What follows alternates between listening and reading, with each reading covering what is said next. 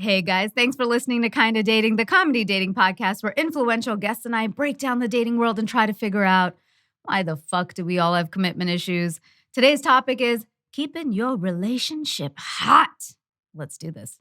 Hello, Kinda Daters. I'm Natasha Chandel. You're listening to Kinda Dating. Aisha's not here with us today, but we have an amazing guest ahead of for you. It's going to be such a great episode because it's the kind of topic you guys love. Y'all love sex. So we are going to talk a lot about that and how to keep it spicy. But if you like today's episode, make sure you screenshot the episode, tag us, and tell us what you thought of it. Also, tell your friends, you'd be surprised. You follow this podcast, you might not actually be subscribed to it. So check down at your phone, press the subscribe button or the follow button on Apple Podcasts. So just do that. And leave us a 5-star rating or review if you haven't already. We really appreciate that. Kind of keeps us going. And also follow us. We're on social media. We're at Kinda Dating across the board. On Instagram, we have some great clips of all the episodes that you're seeing. So make sure you follow us there. And I'm at Natasha Chandel on Instagram and Facebook and Natasha.Chandel on TikTok. So guys, the goal for most single people is to find that one person you can spend the rest of your life with. And when you do, it's hot, right? You're fucking everywhere all the time. You're playing, you're experimenting. And then somehow, slowly, it starts cooling off. And suddenly we want to go back to single life. It's like, soulmate who? Well, that's a way to get there. Well, there is a way to keep your relationship alive and bring in some of that 50 Shades of Grey energy alive. So helping us to do this is a great guest, fellow Canadian, which I already love, which means she's a great person. It's our thing. She's author of Swing, creator of the viral video series, How to Keep Monogamy Hot. She's a Carrie Bradshaw, guys, for married people. Welcome, Ashleigh Renard. Thank you, Natasha. Thank you for having me. Oh my God, you know what I love?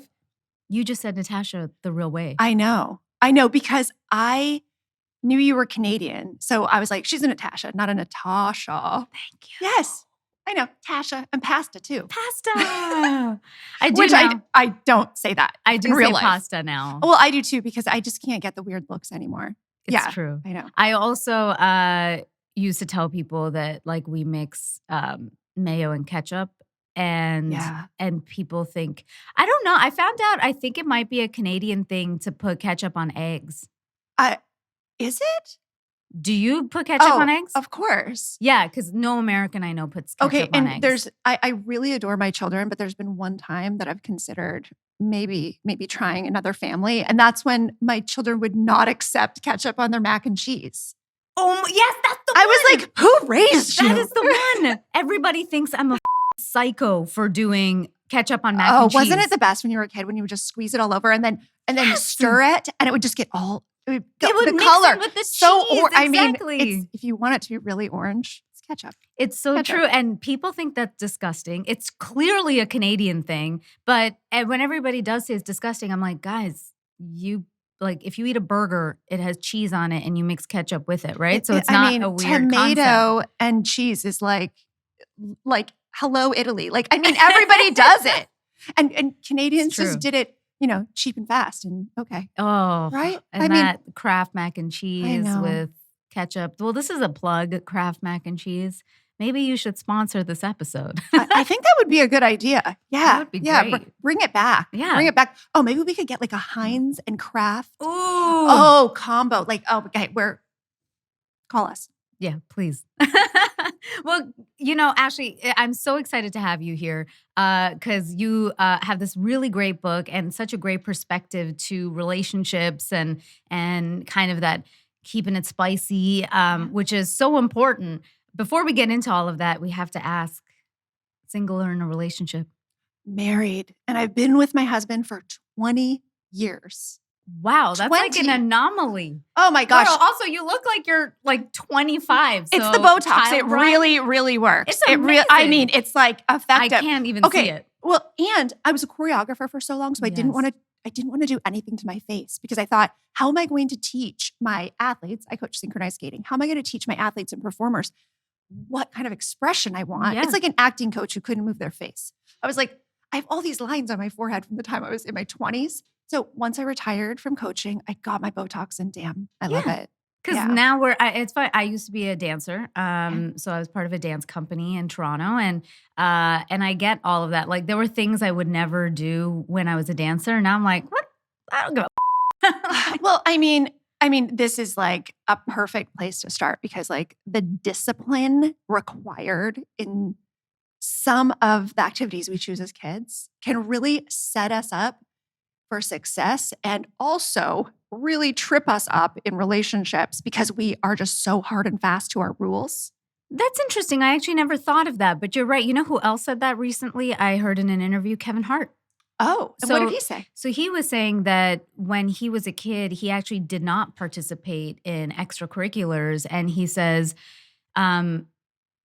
he regrets that because he didn't learn things like discipline, working with other people, healthy competition, all that kind of stuff. And so for his children, he insists that they do extracurricular activities. And I guess what he's probably saying, what I'm like reading between the lines, right? Not knowing the context of the interview, is probably he came up against those issues in his professional life or in his relationships, and it's caused strife, right? So for him, it was because when he first started his career, he was kind of lazy. Oh. He feels he was lazy. And he goes, that was like his, it took him a while to realize he needed to be more proactive in life. Oh, wow. So this is so fascinating because my biggest fear is that I'm lazy. And so often our biggest fears are like, the opposite. It's like the upside down, right? I have a lot of personality flaws. Lazy is not one of them. Right? Yeah. And that can be its own problem because you just don't know when to stop. You just like a dog who won't leave a bone alone. Yeah. Right? So, totally. But one of the things that I have been incessantly obsessed with is having a marriage that's actually fantastic. I love that. So have I cracked the code? I don't know, but I have some ideas. Yeah. So tell us about Swing and like what made you write that? Okay. So I started it as a screenplay because I thought there's no way in hell I can ever admit that this story ever happened. So the first scene in Swing, I'm at an invite-only sex party in New York City. Those are real, guys. Those are legit they're real. They're real. Where go. I had to, yes, right? Where I had to send in headshots and my husband and I had to send in headshots and a relationship bio to get on the guest list. Wow. Okay? I am 10 years married. I have 3 kids. I'm still nursing my toddler and we are at this sex club. So it's like the exact opposite of my everyday life as a wife and a mother. And it was like sort of going through the looking glass, like, what if we could get back that excitement? Mm-hmm. We always had good sex. My husband and I are always athletes and we approach the bedroom like we're going for a personal best every time. You know what I mean? And we're like sweaty and breathless and I like high five him from across the bed. I'm just like, all right, we're done. No. Okay. Well, we're going to talk about that too because that's that. I'm fucking around. But yeah. I want to be sweaty and breathless and high five him across the bed and go, damn, we're good at this. Okay, so sex was always great, but the actual excitement, emotional connection, the emotional intimacy, the actually being excited about doing life together, womp womp. 3 kids in, it was like non-existent. We were passing babies back and forth for a decade. We were both building our own careers. One of the things about being a perfectionist is that I hate not being able to do something. So in my marriage, when I was trying to like just feel satisfied in life, basically, right? Mm-hmm. Like, am I a good coach? Am I a good mom? Can I be happy in my marriage? Whenever I would come up against a roadblock, usually with my husband, as far as like the real connection I wanted, I would just turn the other way and say, okay, maybe I shouldn't want what I want. And I would go and then like triple the size of my business or, something like that, which it's a lot of work, but just do something else to try to fill up. So you were at a sex party and you guys, few kids in, you were doing your thing. First, I'm also very curious, what even made you guys go to a sex club in the first place? Like how did this invite happen? Yeah. So we went not because we thought there was something missing in our marriage, but because we were really craving some excitement. Mhm. And we'd always prided ourselves in being not jealous. You know, I think it was like sort of this thing, like meeting as like collegiate athletes. We both have degrees in exercise physiology. We met, we were like trying to line up all the ways we were the same, right? And often when you do that, it's a slippery slope because what you're kind of doing is getting a chip on your shoulder, like as far as superiority, when you're like, oh, I'm like that too. Oh, you're like that. And then it's sort of like you make this invisible oath in your relationship about what we're like as a couple. When we got married, when I became a mother, I realized, oh yeah, a lot of things that I thought I didn't need, I actually need now. And that was where we had a struggle. For him, you know, working parent of 3 kids, really hands-on dad, he was like, I'm already doing more. You know, this is like subconscious. He's not saying these words. He grew up in a traditional Greek Orthodox household. So being a hands-on dad, he thought he'd already like rang the bell as like best husband ever. So you see where I said that? Yeah. Being a hands-on dad, he thought I'm the best husband ever. Because right? he was conflating being a dad with being a right. husband. And I think so many people do that. Just Yeah. like people conflate being a mom with being a wife. Right? 100%. I can Because see that. nobody wants an extra full-time job when you feel like you Yeah. can barely keep it together with one. So as I wanted more, he pushed back on being asked to change, being asked for more. He really didn't feel appreciated in what he was doing, and I didn't feel appreciated in what I was doing. So what we did, because we're both Libras, is we just pushed everything under the rug. And we were like, okay, it's fine. Let's go back to what we're the same in. We love sex and we're not jealous. So when we are getting it to the point in our marriage where, wow, we are just like bleary-eyed, we don't even know which way is up. When we think, okay, what would we like to do to like reinvigorate like something fun for us? We of course reached for the highest level of difficulty. Like we went to like, oh, well, we're not jealous. So what we could do is, you know, maybe go to a swinger sex club just for the environment at first. Here's the thing that I want your listeners to know if they haven't been to sex clubs. 2/3 of the people who are there have no intention of interacting with any other people. Okay, probably 1/3 of them are just going for the atmosphere. It's my friends, and then they're yeah. going to go home and just fuck like crazy for a week. And then it's going to wear off and they're going to have to plan their next trip. Another 1/3 of people who are there are going to go to the club, take in the super, like it's a sexually charged. Like if people don't know, people are having sex all over the place. Yeah. Like you're on the dance floor, and I don't know.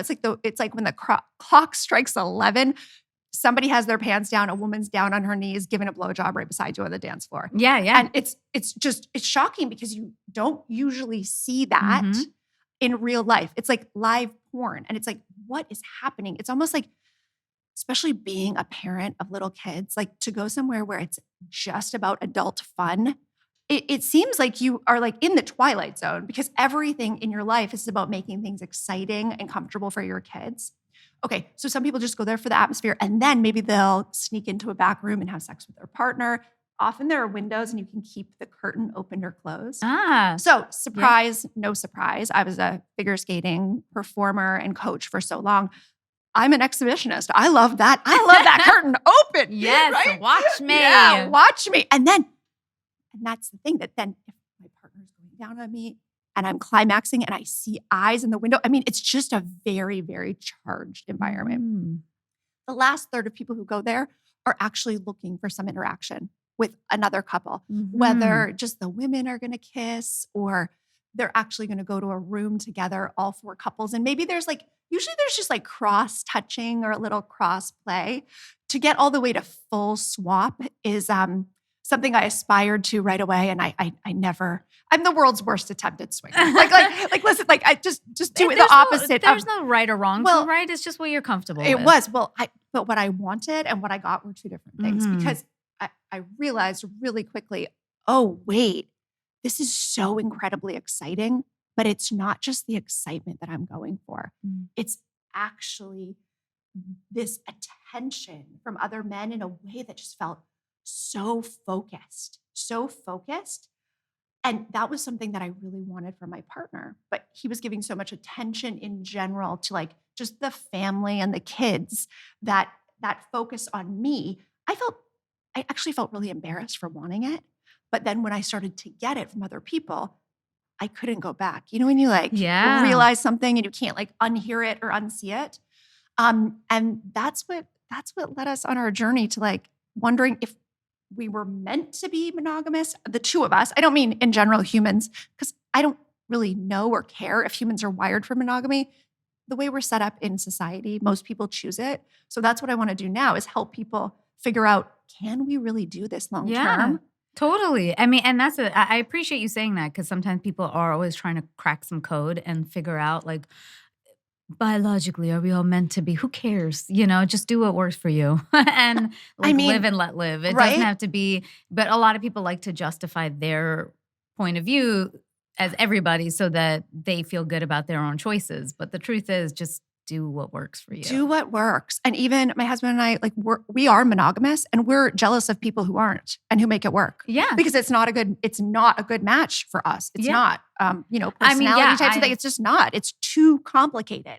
For us, that was the same thing. Like, but it wasn't with my boyfriend. We had that discussion right in the beginning, just because I've dated people who halfway through wanted to open it up, and I respect it for others. I was just like, I know my personality. I know I'm not a good sharer, guys. Like, I just know it. So, and again, I don't think I have any confidence issues if I'm out and somebody's hitting on me. I don't even care. But yeah.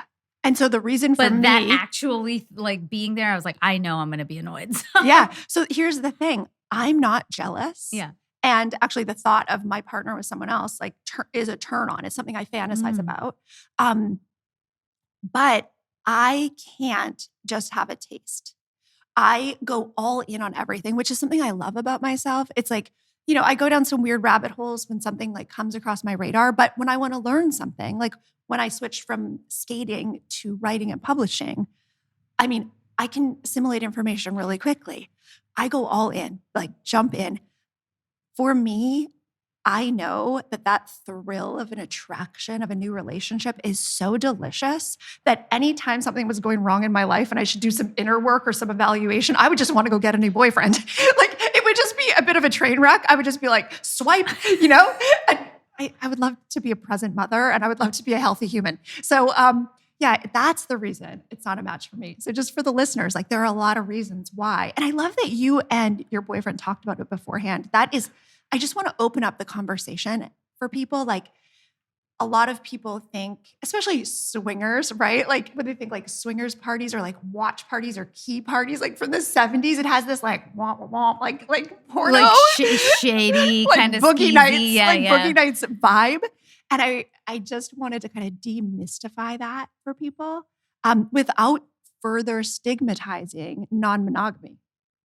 Yeah, no, totally. That's great. What, in your experience, you've worked with a lot of clients, you've, written this book, I'm sure just talked to a lot of people. What, in your experience, seems to be the thing that gets in the way of sex in most relationships? Life gets in the way of sex. And I think that there are so many tropes around marriage and sex, like enjoy sex before you get married, because then like you're not going to get it.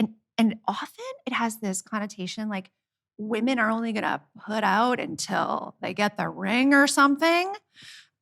Which is so gross, right? But it's this like under the surface thing. And there are all of these things that I think were meant to be helpful, talking about what men are like and what women are like. Like I think like men are from Mars, women are from Venus. No, we're all from Jupiter, and we're all just total weirdos. Like I just want people to know that I answer sometimes hundreds of DMs a day. We're all just weird in our own ways and amazing. Like it can't just be boiled down to gender. The biggest thing that gets in the way is when you are first dating and the sex is incredible, it's not a surprise because like, what else are you going to do? It's not like you're decorating your house together. It's not like you're picking out china. It's not like you're picking out preschools or, you know what I mean? Like you're dating and therefore there's a bunch of freedom around your time, or you create time to spend with that person. And you want to figure out if you're sexually compatible. So you're going to practice a lot with them, probably, right? And then it's great for most people, sex when you're first dating is great. And I just want to say, for people who have always had stickiness around sex, talk to a doctor, try to access a therapist. Like really, sex is supposed to be incredible. So if you have to do some work around that, past trauma or what you've been taught, like please do that, because I mean, sex can be one of the very best things about the human experience. And if you're going to be partnered, having sex together it really is something special and pretty awesome. Definitely. I think it's interesting you mentioned that. So I do want to point out there are some people, just for listeners who might not know, who are like asexual. And so that could just be your actual life choice. And it's okay. As long as you and your partner come to some agreement around that, Yes. This might not be my thing, but this is your thing. And then this is how you can fulfill your need. Exactly. And even I have a lot of people in my audience who have opened up that conversation now, because sex, so often it's just this like low simmering dissatisfaction, like it's not great. But what is it exactly that you're not happy with? Yeah. And so often it comes down to frequency. Okay, so say people are married, say they have 1 or 2 kids. So often, like the characteristic stereotype is like the woman is very involved with the kids, probably with her career as well. And the husband's the one who initiates more often. Okay. If we're just going to go like stereotypes, and we can talk about this, and it can flip as well, but let's just talk about this. So often when the partner who has the greater desire or has more motivation to initiate, often that partner doesn't have a lot of other things on their plate that they do to feel good and to fill up. So they think, I want to feel better. Sex makes me feel better. Hey, can we have sex? And then the other partner is quite often pouring themselves out into so many things. And they're thinking, wait, why do you need this from me all the time? Right? Or why once a week do you need me to be involved with you climaxing? Because I'm sure you're probably taking care of business at other times on your own, right? And it feels like this thing that is wanted from them. And the most common issue, problem, concern that I hear in my DMs is from men who say they would love to go down on their partner more often. Yeah. And when I tell people that, they go, wait, what? That's what they want? Yes. Men, you need to start using your words. You need to start being clearer about you don't just want to get off. It's not that you just want to ejaculate, because this is what's happening in so many bedrooms across the world is the partner who initiates will say, hey, baby, can we? Yeah. And the partner who doesn't usually initiate will say, okay. And they'll kind of like be like, all right, I can kind of clear my mind and get into this. And it's not that they don't enjoy it, but they're not really in the frame of mind to love it. So they'll say, hey, I don't need anything. Just like make it quick, just for you. I think also sometimes like with women, a lot of times we've been trained a little bit to also be givers. And so you're always like, you like giving blowjobs because you know that he loves it. And we're not often trained to just sit back and enjoy our time. Like I know for me personally, and I've talked about this before on the podcast, it takes me longer to come. So I sometimes am like, no, it's okay, because I know it's going to take me longer. And I feel like, well, the other person is going to get tired, Right. And so then I'm just like, no, it's okay. Don't worry about me. And right. And but you say, like, okay, so but in that situation, what you do is say, I don't need it. And you just finish, right? Yeah. Okay. And that's what I do as well. The majority of women will just fake the orgasm. Oh, yeah, no. Because there's this thing that like men have a clue. They know that women's pleasure is important. Yes. Okay. I mean, for generations, people have been taught that men are way more sexual. Women are not, like, especially in really conservative cultures, that like sex is something women are going to have to put up with because men really want it. And women need to be married because of XYZ in the culture, right? Whether it's financial stability, whether, if they want to be a mother, or whether it's just like the default, everybody gets married, right? But what men want so often is they want connection. They want to really feel needed by their partner. They want to feel desired. Now, so often, like you said, women are in giving mode, always. I mean, we're just always, like in probably every culture in the world at this time in history. I like to think back at when like women just ruled everything and it was like goddess worship. Listen, Amazonian days. Right? Let's recalibrate to the goddess worship. But right now, women just pour out. So being asked for sex really feels like they're being asked to do another favor for somebody who could take care of it themselves, but would rather have them do it. Like when the kid's like, can you make my lunch? Can you put on my socks? And it's like, can you help me get off? Right? It's like, and the partner, their partner, who at one point they were like, you and me are going to do life together. Like you bring out good things in me. And my life is going to be better with you.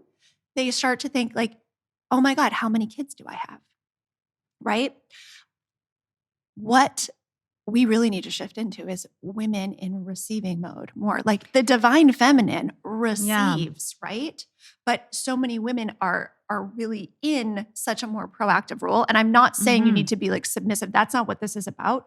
But the time that it takes for a woman to really shift her mind and get in that, because it's just the stimulation is different physiologically. And to have a great orgasm, like the lead up has to be longer. You can't just flip a switch. So quite often, foreplay but foreplay, what is it? It's manual, it's oral. So often if women are disconnected from their bodies, like, not feeling comfortable in their body because they never did, or their bodies changed with pregnancy, or, fill in the blank with a million reasons, to really get in your body and ask yourself, what do I love? What would feel good? And then to communicate that to your partner. And maybe some women try, but then their partner's not really hitting the mark. And then they go, okay, I don't really need it. And then a lot of men say, oh, no, I want you to get yours first. Because that's what I was saying. Men know, okay, take care of her first. Like that's just the gentlemanly thing to do. So men know that the gentlemanly thing to do is to have their partner climax first. But some of them are so tied to this that they insist, no, I can't get mine till you do. And they get a little pouty about it. So then their partners just fake because they don't want to deal with, his feelings around her not climaxing when she's already disappointed. Like, why can't I just get there faster? Because she wants it, but she can't get there. So she's frustrated with herself and she's frustrated with him. So that's one of the things. If you are not truly climaxing, stop faking it. And so everybody listening, please check in with your partner. Men, women, say, men, ask your partner, if you've ever faked, you don't need to do it anymore. Okay. Oh, I know that women are 100% faking it because I don't. I never have because I'm like, I'm sorry. I just say it very honestly. I'm like, it just takes me a while. So it's not you. Just chill. Okay, But when I've dated, especially when you're younger, and guys like they get obsessed with you not coming, and then they'll just like they're just going in like you're a tractor. I don't know. They just are sowing the field. I don't know what they're doing, but they are going in hard, right? Oh yeah. Higher, faster, stronger, harder. Oh my and it's God. like, you're just like, just please don't hurt me. And so when I've had those talks, every guy I used to date used to be like, oh, well, I made a girl come in like 2 minutes. I was like, no, it's not possible. I was like, I've literally talked to doctors about this. And they said the average time it takes a woman to come is 20 to 30 minutes. Yes. And I used to think that was me. And then they were like, no, this is very normal. So the fact that guys think that they're making a girl come in 2 to 5 minutes, I'm like, she is lying to you. She's lying. That means- and porn is lying, right? And quite often, if a woman doesn't know her body really well or is not comfortable telling her partner what she needs, then the men will put women into all these positions that they've seen in porn, like legs spread, like, oh my God, it's so drafty in every room. My vulva would be like so dry. It's like, no, like, let's keep it tight. Let's keep it close together. I like my legs straight. Like I'm very particular about the ways that I have the best orgasms. Yeah. So quite often women will just think, okay, it's me. There's so much frustration and they'll fake. They're not taking the time for themselves. That's the thing. And quite often male partners will get really bent out of shape because they'll think she's not taking the time for me. She's not prioritizing our relationship. No, look around in her day. How often does she prioritize pleasure for herself, period? There's nothing more frivolous than a female orgasm. We don't even need it to procreate. So if you want to create an environment in your marriage and your committed partnership where your partner, who's maybe the mother of your children, feels like, oh yeah, I could do the most frivolous thing in the world right now and have like 3 orgasms on a Saturday afternoon. I mean, you need to start tweaking some things about your day-to-day outside the bedroom, which then leads to more joy, leads to more equitable partnership. I think the next frontier of equitable partnership is going to happen in the bedroom, not like who's doing the dishes. Yeah, and I love that you're saying that. You said earlier that the hardest thing is that life gets in the way. And when life gets in the way, it's really hard to get in the mood. So what is sort of your advice to people about getting in the mood, and how do we switch it up and switch it on when we're busy? When we're busy. Okay, so this is what I recommend, that you each write a desired, like a fantasy sex script for if you had 20 minutes, what would you want to happen?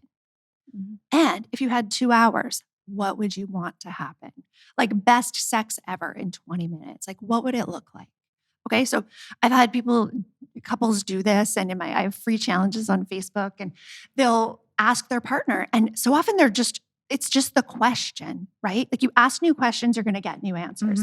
Asking your partner, what would you like? And then they'll hear, oh, nipple play, definitely. And then the partner will go, wait, if you only had 20 minutes, that would be top of your list. Oh, well, that's easy. So here's the thing. The clues are right there. We're just not asking for them. And we don't tell the other person, right? It's such for a lot of couples, it's a very uncomfortable conversation. And I think that's one thing over my years that I've really learned and found that in good partners, you can actually just have a discussion and say it. And both parties can be like, oh, a little differently this way, a little something this way. I kind of really love this. And that's something my boyfriend and I did a lot when we were in the beginning. We would just ask each other, be like, what do you like? What do you actually, because I didn't know who you were before I met you, So I would just literally be like, what do you like and what do you not like? Yeah. Because sometimes, and even like in giving blowjobs, everybody's kind of different, to be honest. Some people like it super soft. Some people like it hard and tuggy. And some people like So it's like, what do you like? I still ask that every time we have sex. I still ask, and he asks me every time. And we're always trying new things. I love manual stimulation. And he'll be like, here, what if I instead of just moving the fingers, what if I do like a circular action? What if I kind of go to the side? And then we sort of pause. It's almost like the bedroom's a laboratory. And I just want people to know, for us, it makes it even more fun, because then when you get to like one of the best orgasms you've ever had, like he has this joke with me. I'm like, oh my God, he's like best ever, because I'll call out best ever like all the time for a great eggs Benedict or great sex. I'll be like, I swear this is the best ever. And I mean, don't we want to have peak moments in life? Like, don't we want, right? We want to hit our goals professionally. We want to have more joy. Like, let's look for that best ever. Let's look for that PB each time. So even though we've been together 20 years and we've had sex like super regularly the whole time, the only time we've ever gone even 7 days without sex is like after I had kids, after I had each baby, that we took a few weeks off from sex. I would say though too, only about 50%, maybe a little less than 50% of our intimacy times we are intimate, we actually have intercourse. We really like to play around with oral and manual stimulation, just with toys, with different positions. This is one of the things I love, if we can get specific here, for like my favorite Quickie position. Oh, actually, I have 2. I have 2. Okay. So first one is no intercourse. Quickie, and this is what I want people to reimagine what they love, because so often with Quickies, it's like bend over the counter, baby. And like, okay, that's fun sometimes. But if we are going to be having Quickies predominantly, which we have 3 kids, and during pandemic, this is when we really nailed this down, pardon the pun, as far as what great sex is for us, it. because our kids were just home all the time. Okay.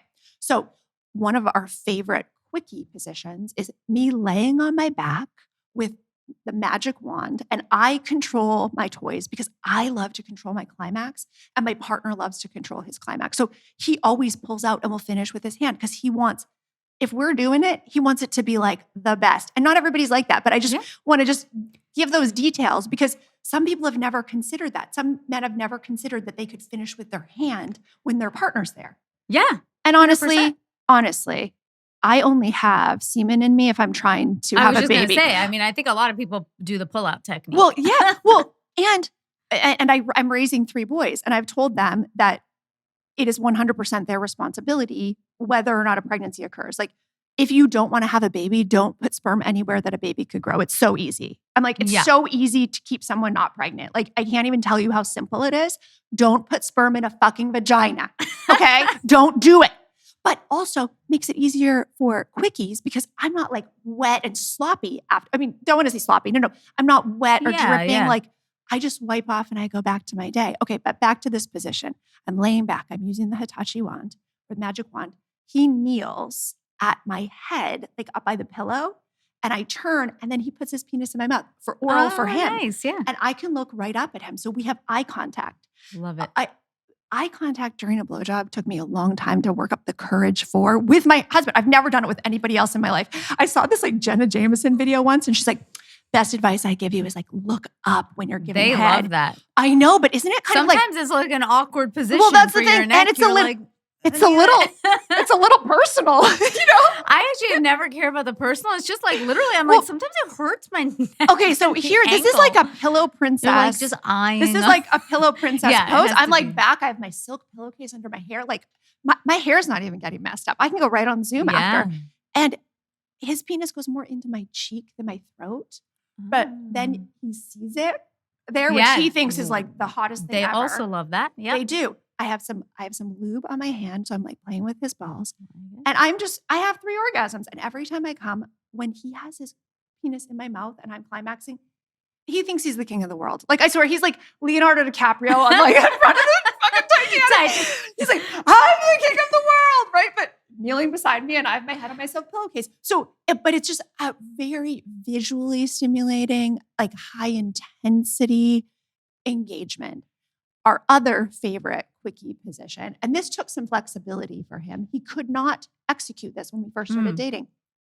He's laying on his back. I get on top. We're having intercourse, right? Like I'm on top. Here's the thing. I don't know if you're like this or if you want to share. I can't climax with thrusting. Yeah, I can't. I've never been able to. That's why I always say, I'm like, I'm probably not going to come during sex. It just doesn't really happen for me. Here's a sex position. Unless it's like very slow. Very slow. Yeah, because it's like when there's thrusting and there's clitoral stimulation, my brain's like, there's a lot too going much. on. Yeah. There's a lot going on here. So I get on top of him, like nice and deep, like as far on as I can get. And then I lean back all the way. And this is the thing. He couldn't. Like his penis wouldn't go all the way forward. I think there's a ligament that actually needs to stretch. Yeah. And I think that might be a ligament they like alter in penis elongation. Oh. So I honestly feel like my part, I'm just very happy because I mean, not that size, whatever, but like the way that our sex has changed and the way even that we can get into positions and it'll stay, it's just like, it gets better and better. I lay all the way back and I have my feet by his head and his feet are by mine. Okay. So we're like laying out like that. And then I take the wand. That's the thing. Anytime we're having a Quickie, I call a Quickie anything less than 2 hours. But because we do that once a week. I got it. Sorry. Oh my God. No, we don't. Like 2 hours? No. We do that once a month. Once a month, we send the kids for a sleepover, which I'll tell that story. You know, how we do a sexy date night. It's almost like wedding night sex, but like way better than it actually was because we were so tired. So Quickie, right? I lay back and I use the wand because I usually use the wand when we are having like weekday sex. But then when we have longer sessions, we don't actually use any like vibrating toys usually. Yeah. Because I love the slow lead up. I love the way that I climax when he's going down on me. without even fingers, like when it's just mouth, but it takes so long. But then when I get there, it's like my best orgasms. But we can't do that on a Tuesday afternoon. So I'll use it because I need to get back to work, right? And my assistant's only on the clock for a certain time. I'm like, no, we got to get in and out. I'll use the wand. And then he will take his fingers, lubed up fingers, and insert them on top of his penis. So there's this very full feeling. Yeah. And he just puts them in there when I use the wand. And the fullness with the intensity from the wand, the orgasms are incredible. Amazing. Oh my gosh, incredible. That's amazing. And in between each one, then he'll thrust. Do you know what I mean? But he can only go for a little bit. Then he's like, I need a timeout. You come again. Because it's just so hot. Yeah. You know? Yeah. So that's what I want people to do is just like crank up the creativity, crank up the intensity of like 20 or 30 minute sex and just see what kind of fun you can have. I love how open you are because this is what people need to hear and hopefully they're taking away some ideas of what they can do. But how do you specifically deal with couples? What do you tell them, especially about planning ahead so it doesn't feel like sex is scheduled? And what is creative? Because there's a lot of people who don't feel like they're creative. Yeah. Okay. So first thing is to have a conversation. I say, text your partner and say, I have something that's a little embarrassing or awkward, like fill in the blank, whatever it feels like genuine to you that I want to talk to you about. Do you want to talk about it over text? Or so text your partner and say, I have something a little awkward or embarrassing to talk to you about. And do you prefer to do it over text or do you want to wait till later tonight? And this is really specific. Now I got to tell people, like, I coached teenagers for decades. So my sort of like Jedi communication, like the order you ask the questions and the words you use, it's really intentional. We want to have your partner when they go, oh, wait, what do you want to talk about? Well, I just want to just try some different things in the bedroom and I feel a little embarrassed or whatever. They go, oh my God. Okay, so you don't have cancer. You're not leaving me. Okay. So already they're like, oh yeah, we can talk about sex. Like this is intentional, right? We want to make sex an easy thing to talk about. So what we have to do is just sort of turn up the intensity or like, what could this be about? Oh, it's just about sex. All right. For most people, then they can talk about it. They can start. There are so many people who just have sex and never talk about sex. So just to say, could we talk about it outside of the bedroom? So this isn't something that you bring up in the moment. This is outside the bedroom. And just say, hey, I would like to try some new things. That's why my videos are so often shared. Like no one shares my content on their stories. They share one-to-one. Like every video is shared thousands of times, hundreds of times, one-to-one. Two partners, usually men sharing it with their wives. There's this thing, again, from working with teenagers that I have a way of kind of disarming people. I'll talk about sex like I'm talking about the weather. And they're like, oh, and I think there's something like, there are a lot of people trying to look sexy on social media and I'm talking about sex, but I'm not like boobs up, like, you know what I mean? I'm not like trying to be sexy. Like it's not about me. It's about offering ideas. So they'll send the videos back and forth and think, oh, maybe we could try a toy. There are so many couples who have never, ever tried any sort of bedroom accessory. And I always recommend the magic wand to start because it's not phallic. It's not even for insertion. It's just for external stimulation, which so often is what women need to get there, right? So for some couples, once they decide, oh, okay, let's order this thing, already the anticipation is heightened. It's at a level before the thing even shows up at the door. They're like, oh my God, we're people who care about our sex life and we're doing this thing. And oh my God, is it going to say like sex toy on it? Like, is the mailman going to know?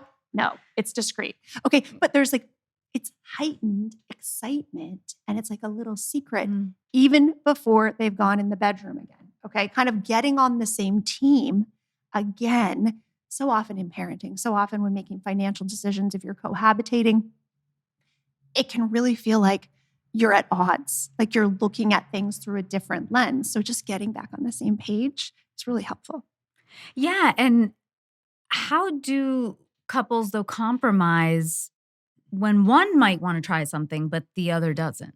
Okay, so I love that you said the word compromise because I actually think compromise is the worst thing we can do in a relationship. Absolute worst. And I'm going to say, I think cooperation is our birthright. I think that was the greatest thing that I learned and I shared with my skaters over decades, is that cooperation is way easier than we think. I don't think that our needs as humans are ever at odds with each other. So if someone wants a toy in the bedroom and someone doesn't, okay, what we need to ask is, what is it about that you like or don't like? What is it that you think it means about you or about me if we do that? Or what is it like? A toy is one thing. What if it is one wants to go to a swingers party and another doesn't?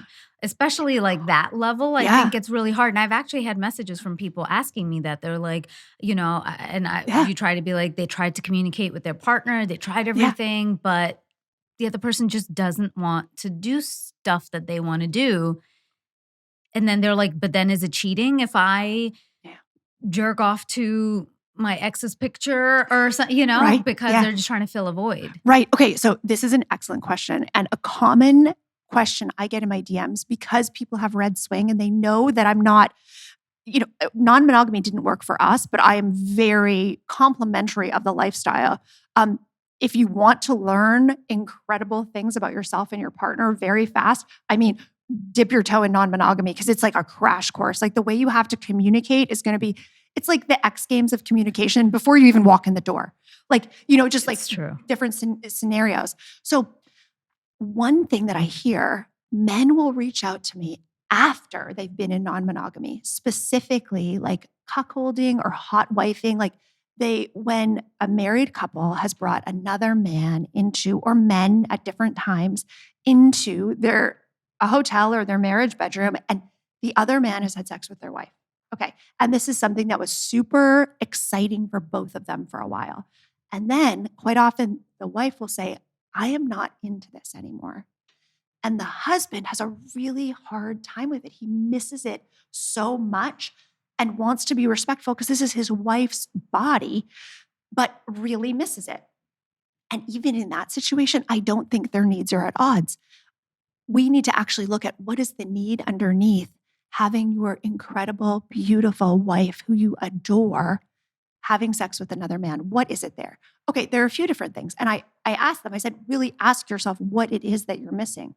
It could be that you are missing that feeling of pride, of having something. And we don't want to objectify the woman here, but there is like sort of a nuance here that we need to look at. Having something that is so incredible that other men go, oh my God, wow. You could get a new car. Okay, there are other ways that you could do this. Let's really figure out what it is. Maybe it's that that your wife is so powerful and so sexual that even if you don't get it done for her, she is going to get what she needs. Like there's just like that power, like that allure, like, oh my God, my wife is so sexual that I need to bring in this man with a penis that's way bigger than mine, because like that's her like hunger. She's so ravenous for sex. Like there are so many things that are filling those men up. Right? Because it's not just that they want to use their wives as a plaything. It's not. It can really feel that way to female partners. So having the conversation about what is it? What was the feeling? What was the need that met that you're missing? That's really great, because I think getting down to why people are doing a bit, or why somebody wants a behavior, can help them to understand, like you said, some alternatives, because there's always a ton of solutions to any problem. There is. And even when my husband and I have conversations, and often he wants sex more often than I do. And if my pants are coming off, I'm having 3 orgasms. So if I am stressed about work, I will say, we could right now, but I know I'm not going to come. And he's like, well, never mind. I would rather just wait. And I'll ask him, hey, but do you want to have a sauna together or a shower together? And he's like, yeah, I actually just want to like be with you, like naked. And we'll be in the sauna, kind of touching, but I don't like him to touch me, like stimulate me in the sauna. I want to like flop. I'm like a rag doll. But him just being there and we're sweaty and he's like, oh my God, I've got this beautiful wife and here we are naked in our sauna. That fills the need for him quite often. He just wants to be close to me. He just wants to say, yeah, we're the kind of couple who prioritizes sexy time. And for him, it's like time when it's just about us. It's like this delicious, like sort of the way he feels when he has a really great pasta dish. You know what I mean? Because that's the thing. It's like it's so primal and physical that there are so many ways that we can really feel that and we can weave it into our daily life. So like sex is more top of mind if we're like, oh, the way you cook dinner together or the way you listen to music, or like there's so many ways that you can really prioritize pleasure. And it's a great model for our kids in that like a lot of people are confused about sex because they never saw their parents talk about it, which I think kids should have some, there should be some distance around, because I've heard from some people whose parents did talk about sex so openly and they were like, it was just too much. Like, I don't need to know my dad's girlfriend's kinks. Like, I think if we can show passion and enjoyment in our daily life as a priority, that is a way to show our kids, oh yeah, my parents, they probably had a ton of sex because they like loved just being together and cuddling. And, I always think like if I put myself in, a kid's shoes, it's just like, we didn't need to see our parents do a lot. We could sense it, right? If our parents are in a fight, you know that they're in a fight because they're just not talking. There's tension in a room.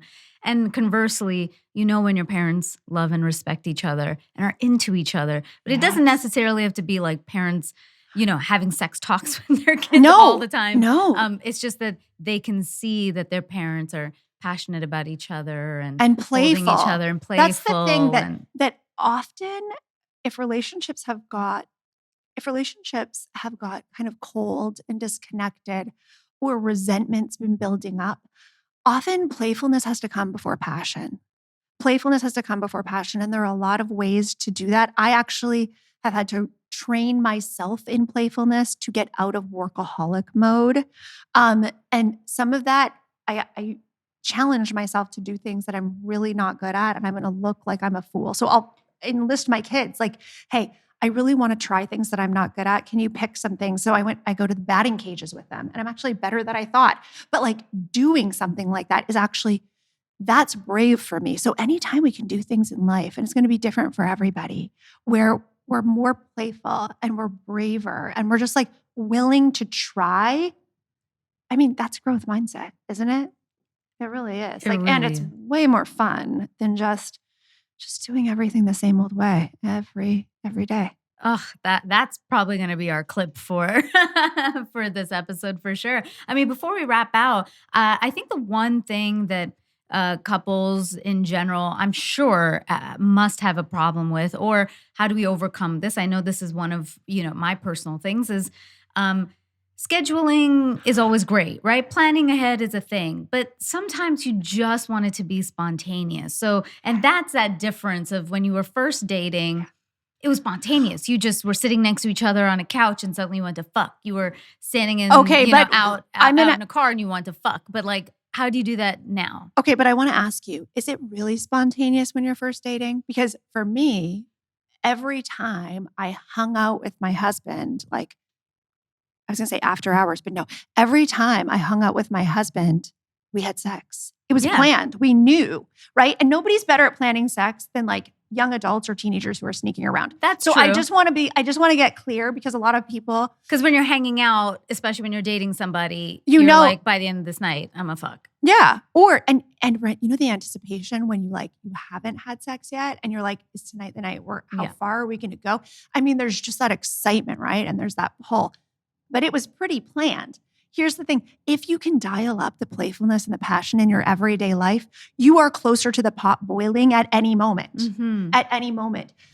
What I love to suggest, especially for families or people who are busy, is make sex easy to do in have a few things in your bedroom. Have a sex blanket. We sometimes call it a dedicated intimacy bed covering on TikTok, because TikTok will take down the sex blanket. Or I'm showing a cotton blanket and they're like, against regulation, a dedicated intimacy bed covering. So that's hilarious.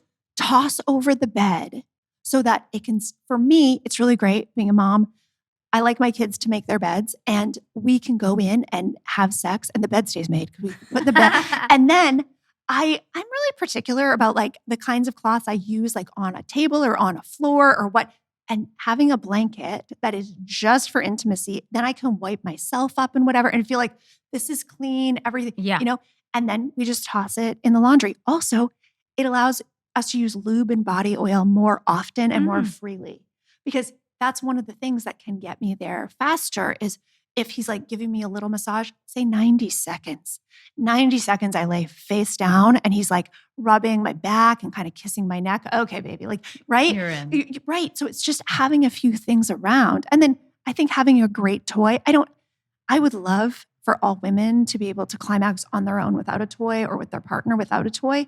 But sometimes it's a nice thing to add in, especially if like, let's crank up the intensity of the sex. When you're having it, let's make it incredible. So then you're more likely to want it more. Yeah, I mean, all these things are super fun. And I think our kind of daters probably learned a lot from this, because I think this applies not just to when you're in a marriage. It's for relationships. It's just for dating too. Like you're dating, you're single, even you're going out. But there are ways to keep a lot of it fun and interesting for you, because sometimes you have the same partner again and again. So I really hope you guys learned a lot, because I did. So thank you so much, Ashleigh, for being on the show. Thank you for having me, Natasha. You're not completely done. We do a segment called 6 Questions. So we ask every guest the exact same 6 questions. It's our rapid fire. Don't think about it. Ashleigh Renard, you ready for your 6 questions? I am. All right. What is the first thing you notice about a potential partner? Their eyes. What is one deal breaker? Politics. It's a good one. People don't say it enough. Yeah. And in swing, you'll see, I fell in love with another man in the swing lifestyle. Like I did everything wrong. Like my book's The Complete Idiot's Guide for What Not to Do. So of course I caught feelings like immediately. The first guy who told me I was funny, I was like, I think I picked wrong. I think he is my soulmate. And then just keep reading and swing, because you'll see when I actually got to know him, it was, Way to bury the lead, girl. All right. Well, you have to come back and talk to us about that. What turns you on? Confidence. Like that. What are one of your strengths and one of your weaknesses in relationships? Weakness. I am not clear enough when I need something. Strengths. I will take responsibility for when I've fucked up. That's great. Yeah. Ashleigh, what is love? Love is something we need to give to ourselves first, or else we've really got nothing. So often we try to love people by getting close to them and getting our needs met by them, right? If you just think of like an overbearing mother-in-law or something, okay? If like just for like an archetype, that's not love. That's neediness disguised as care for other people. But really love is something that really overflows from you onto someone. So it's so fucking cheesy and it's annoying, but it's an inside job first. Oof. Get it, girl. Get it. Besides I love you, what 3 words would you want your partner to tell you? I'm proud of you. Love that. Well, Ashleigh, you have done so much. So, I mean, we are really proud of you. You have that great mindset, and I love it. I feel people will be inspired, not to just to change their sex lives, but just to achieve even more, because you are really, really an achiever for sure. Thank you so much for being on the show. How can everyone find you, your work, your book, all the fun stuff? Yeah, check me out on Instagram. I'm Ashleigh Renard. It's Ashleigh with all the extra letters. So ASHLEIGH. And send me a DM. I'd love to hear that you heard me on Kinda Dating and say hi. I'm just so happy for you to connect me with your audience here. Thank you, Natasha. Yeah, of course. Guys, make sure you follow Ashleigh. We'll have all of her socials and links to her website and everything in the description of this episode, the show notes. So make sure you check that out.